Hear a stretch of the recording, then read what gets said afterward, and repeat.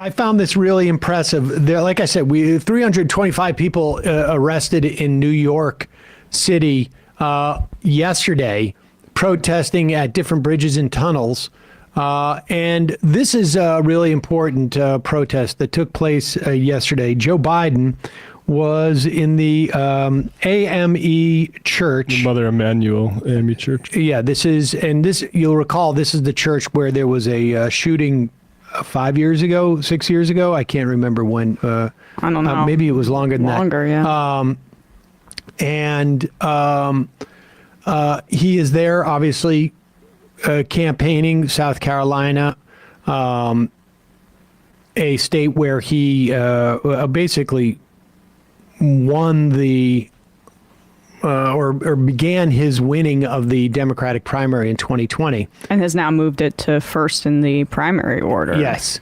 And here he is trying to solidify his black support in the Democratic Party, obviously in a very hugely important constituency of the Democrats. I mean, really the only way that he's going to win if he is able to motivate black voters to come out and vote.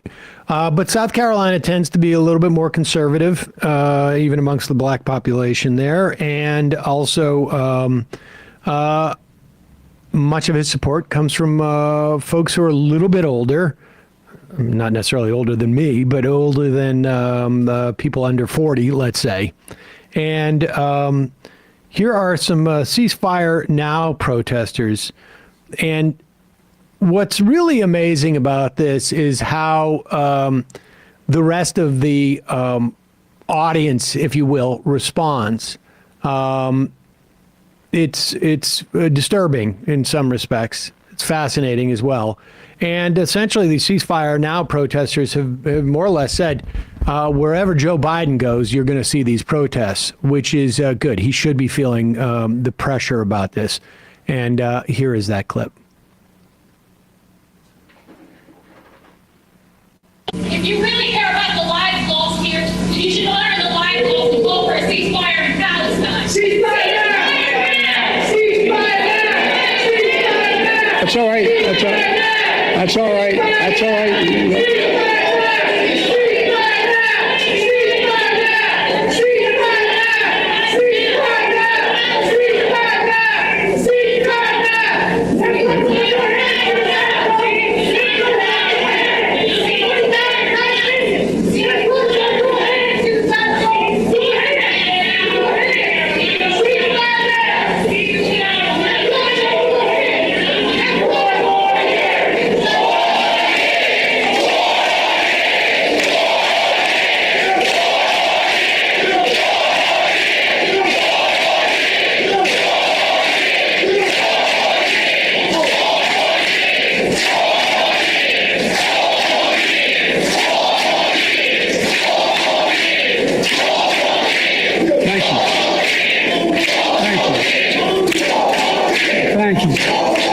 Look, folks,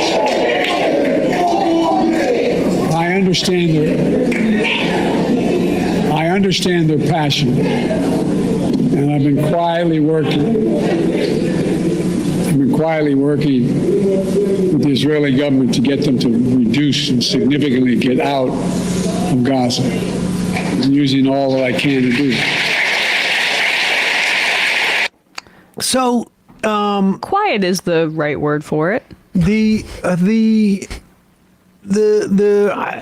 a couple of things going on here that are sort of worth commenting on. First off, the 4 more years response to a call for a ceasefire. I mean, I get what they're trying to say. We support Joe Biden, but they obviously, when someone says stop this slaughter of thousands of innocent civilian people, and your response is 4 more years, you're not listening. Yeah. And,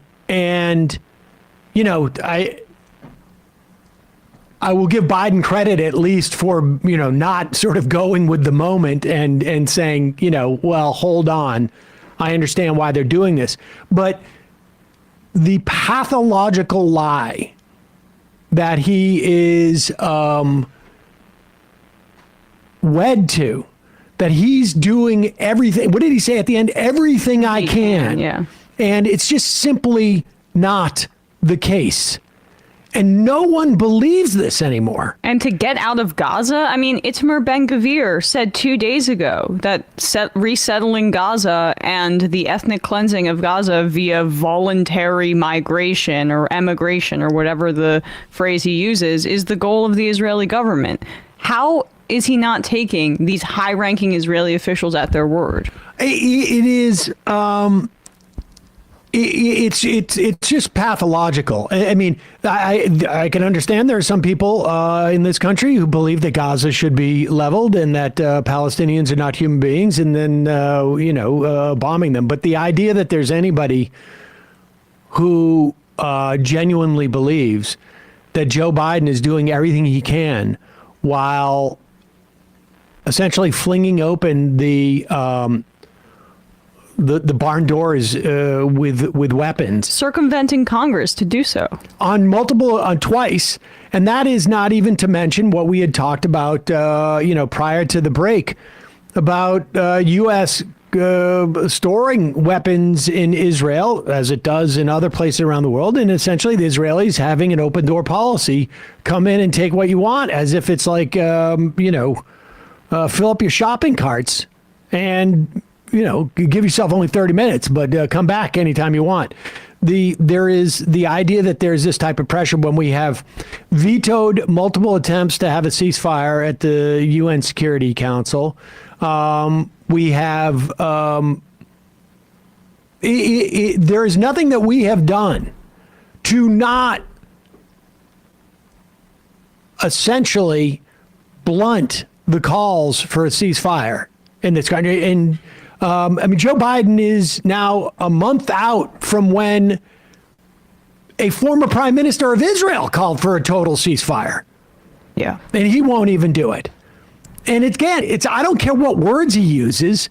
The leverages he has with the weapons. Yeah. I mean, it's jarring, but the hope is like that crowd is older, and that's borne out in poll numbers that older people are not as sympathetic with the Palestinian people, but younger voters or younger activists who are doing that kind of action understand there is a connection between white supremacist violence at home and like Western imperial aggression abroad, and the dehumanization of the Palestinian people. Those go hand in hand. But again, like I can't imagine there isn't somebody in that church who today isn't feeling a little bit gross. I got to say, for getting caught up in a 4 more years chant, Right. when they realize that they're chanting to drown out people who are saying stop the mass murder that is taking place. And the hunger and starvation Yep. and the malnutrition. There's a Rorschach test there. Simone Sanders got on Twitter saying, how dare they protest Joe Biden in that church? And I think actually it's okay to own how we're offended as well. And how dare you try to use that church and what happened there and the surroundings as a shield for this politician who is actively supporting slaughter right now. Yeah, it's disgusting. I mean, it was a real disgusting response. One for the time capsule. Yep. Yeah. But good for those protesters, and looking it up. forward to seeing them in other places.